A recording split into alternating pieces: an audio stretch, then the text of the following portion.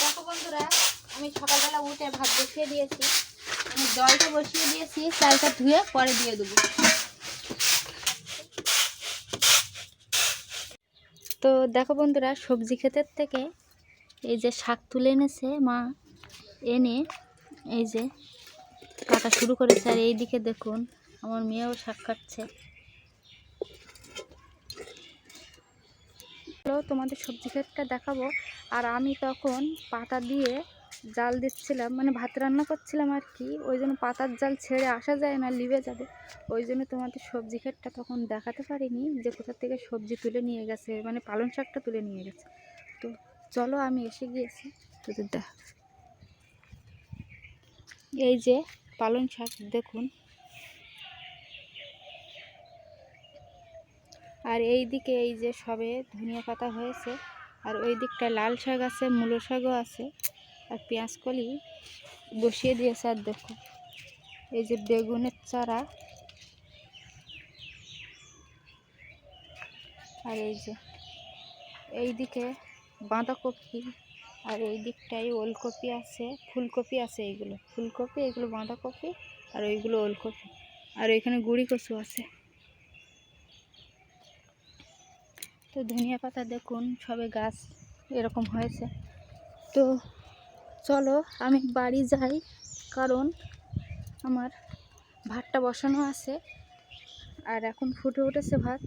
আর যেহেতু পাতার জাল থাকবে আর অন্য কোনো কাজই করা যায় না, ভাত যতক্ষণ না হবে ওই পাতার জাল দিয়ে বসে বসে দিয়েই যেতে হবে। তো চলো আমি গিয়ে দেখাচ্ছি। তো দেখো বন্ধুরা, আমাদের পালং শাকের তরকারি হয়ে গেছে। আর আমি এই গুঁড়ি কষে এইদিকে কষছি মশলা দিয়ে। আর মাছ দিয়ে হবে, তো সেটা তোমাদের দাদা ভাই পুকুরে থেকে ধরতে গিয়েছে। 2 পিস হয়েছে। আর কটা পুঁটি মাছ? তো 2 পিসে তো হবে না। এখান থেকে দেখি এই পুকুরে দেখো খাই কিনা। তো দেখলে বন্ধুরা, আমরা গুঁড়ি কচু রান্না করছি, আর এদিকে মাছই হয়নি। তো এই পুকুরে আবার গিয়ে দেখবে যে আর 3টি হলেও হয়ে যাবে। 2 পিস হয়েছে, আর 3 পিস হলেও হয়ে যাবে। তা দেখা যাক এই পুকুরে গিয়ে আবার হয় কিনা। তো দেখো বন্ধুরা, আমি রান্না করছি গুঁড়ি কচুর তরকারি। আর আমার মেয়েরা চলে গিয়েছে ওর বাবার সঙ্গে মাছ ধরতে। আর আমার ছোট মেয়ে ভিডিও করে দিচ্ছে। তো ভিডিওটা দেখতে থাকো যে কতটা মাছ পাওয়া যায় কিনা। আর যেহেতু পুকুরের জল শুকিয়ে গেছে, আর ওই পুকুরের থেকে যে মাছগুলো এই পুকুরে ছাড়া হয়েছিল সেগুলো কিছুতে খেয়ে নিয়েছে বা মরে গিয়েছে। তো বেশি মাছও হচ্ছে না। তো দেখো ছোট ছোট 4 পিস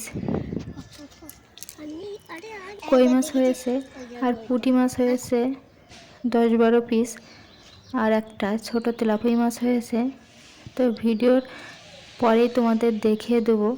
তো দেখো আমার মেয়ে গড়িন টানছে, যেহেতু আমি এইদিকে রান্না করছিলাম ওই জন্য আমার মেয়েকে দিয়ে গড়িন টানিয়ে নিচ্ছে। আর যেহেতু ছোট পুকুর, এখানে অতটা ভয়ও লাগে না ওই জন্য। আর অবশ্যই আমার পাতার জাল দিয়ে রান্না করতে হচ্ছে, ওই জন্য আমি সব দিকে যেতে পারছি না। কাঠের জাল হলে কাঠ ধরিয়ে দিয়ে যাওয়া যেত, কিন্তু সেটা তো সম্ভব নয়। ওই জন্য আমার মেয়েরা বলছে, দাও মা ফোনটা, আমি ভিডিও বানিয়ে দিচ্ছি।